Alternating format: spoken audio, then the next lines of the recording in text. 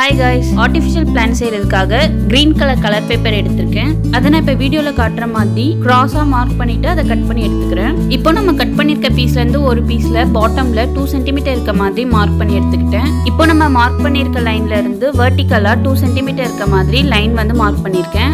அதை இப்போ கட் பண்ணி எடுத்துடலாம். இப்போ நான் வீடியோவில் மடிக்கிற மாதிரி காட்டுற பீஸ் எல்லாம் கட் பண்ணி ரிமூவ் பண்ணிக்க போறேன். இப்போ இந்த பேப்பரை நான் வீடியோவில் காட்டுற மாதிரி ஷார்ப்பா இருக்க மாதிரி கட் பண்ணிக்கிறேன். இதே மாதிரி எல்லாமே கட் பண்ணி முடிச்சதும் white colour acrylic paint use பண்ணி சென்டர்ல இது மாதிரி லைன் பண்ணிக்கிறேன். இது நமக்கு ஃபைனலா நேச்சுரல் லுக் கொடுக்கும். இதே மாதிரி இன்னொரு செட்மே ரெடி பண்ணி வச்சிருக்கேன். இப்போ ஒரு க்ளூ ஸ்டிக் எடுத்து நம்ம ரெடி பண்ணி வச்சிருக்க பேப்பரை இது மாதிரி ரோல் பண்ணிக்கிறேன். இது மாதிரி ரோல் பண்றப்போ சென்டர்ல கொஞ்சம் கொஞ்சமா ஃபெவிகால் அப்ளை பண்ணி ரோல் பண்ணிக்கலாம்.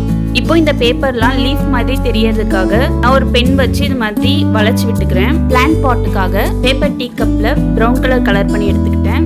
அவ்வளவுதான், நம்மளுடைய ஆர்டிஃபிஷியல் ஸ்பைடர் பிளான்ட் ரெடி ஆயிடுச்சு. பை.